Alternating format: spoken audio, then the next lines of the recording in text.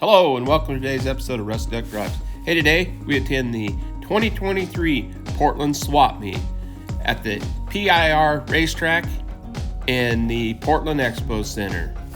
I hope you enjoyed today's video. Thank you. In the comments sections, let us know which car you liked the best.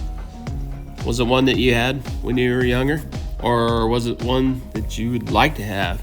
But let us know which car you like the best. Thank you.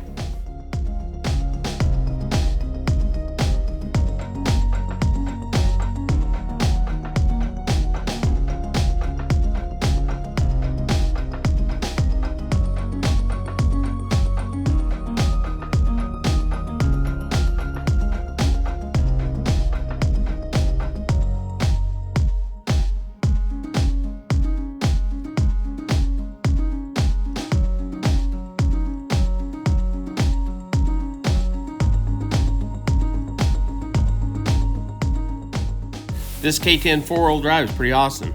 And a C30. And that Pontiac Grand Prix was also a really cool car.